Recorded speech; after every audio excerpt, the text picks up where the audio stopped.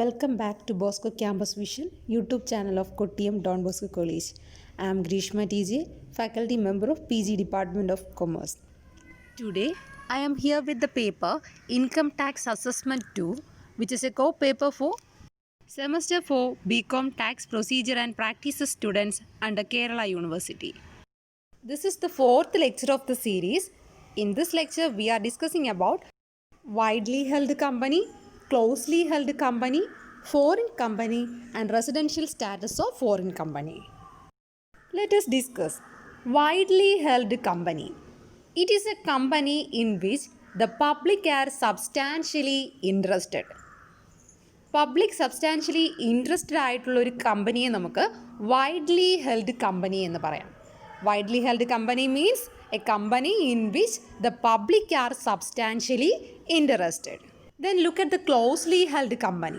Closely held company is a company in which the public are not substantially interested.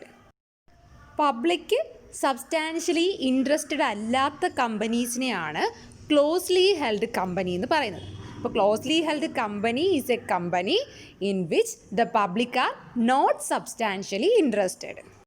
Widely held company is a company in which public are substantially interested. Closely held company is a company in which public are not substantially interested. Then look at the foreign company, section 2, subsection 23A. Foreign company means a company in which not a domestic company, that is a company registered outside India in any other foreign country. Foreign കമ്പനിയെക്കുറിച്ച് പറയുന്ന section 2 subsection 23A foreign company എന്ന് പറയുന്നത് ഒരു domestic company ആവാൻ പാടില്ല.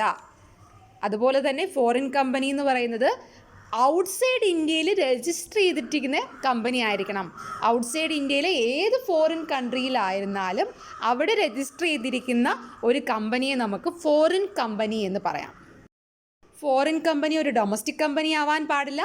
Foreign കൺട്രീസിൽ register ചെയ്തിരിക്കുന്ന കമ്പനിയെയും foreign company എന്ന് നമുക്ക് പറയാം.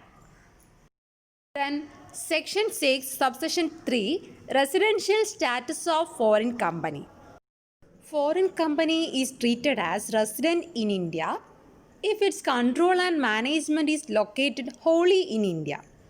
ഫോറിൻ കമ്പനിയെ ഇന്ത്യയിൽ റെസിഡൻ്റ് ആയിട്ട് ട്രീറ്റ് ചെയ്യണമെങ്കിൽ ആ കമ്പനിയുടെ കൺട്രോൾ ആൻഡ് മാനേജ്മെൻറ്റ് മുഴുവനും ഇന്ത്യയിൽ തന്നെ ആയിരിക്കണം. ഒരു ഫോറിൻ കമ്പനി റെസിഡൻ്റ് ആവണമെങ്കിൽ ആ ഫോറിൻ കമ്പനിയുടെ കൺട്രോൾ ആൻഡ് മാനേജ്മെൻറ്റ് മുഴുവനും ഇന്ത്യയിൽ നിന്നുകൊണ്ടാണ് എങ്കിൽ ആ കമ്പനിയെ നമുക്ക് റെസിഡൻറ്റ് ഫോറിൻ കമ്പനി എന്ന് പറയാം. Foreign company is treated as non resident in India if its control and management located wholly or partly outside India. Foreign കമ്പനിയെ നോൺ റെസിഡൻറ്റ് ഇന്ത്യൻ കമ്പനി ആയിട്ട് നമുക്ക് ട്രീറ്റ് ചെയ്യണമെങ്കിൽ ആ കമ്പനിയുടെ കൺട്രോൾ ആൻഡ് മാനേജ്മെൻറ്റ് മുഴുവനായിട്ടോ ഭാഗികമായിട്ടോ ഔട്ട്സൈഡ് ഇന്ത്യയിലായിരിക്കണം സിറ്റുവേറ്റ് ചെയ്യുന്നത്.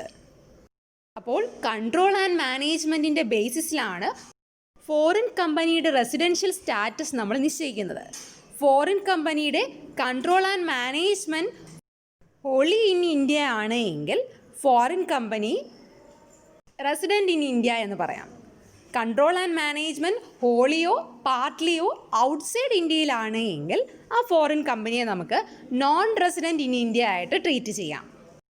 ഫോറിൻ കമ്പനിക്ക് ആപ്ലിക്കബിൾ ആയിട്ടുള്ള സെക്ഷൻസ് 44BBB, 44D, 115A, 195 തുടങ്ങിയവയാണ്. ഈ ലെക്ചറിൽ നമ്മൾ 3 ടൈപ്സ് ഓഫ് കമ്പനീസാണ് ഡിസ്കസ് ചെയ്തത്. Widely held company, closely held company and foreign company. Widely held company എന്ന് പറയുന്നത് പബ്ലിക് ആർ സബ്സ്റ്റാൻഷ്യലി ഇൻട്രസ്റ്റഡ് ആയിട്ടുള്ള കമ്പനിയാണ്.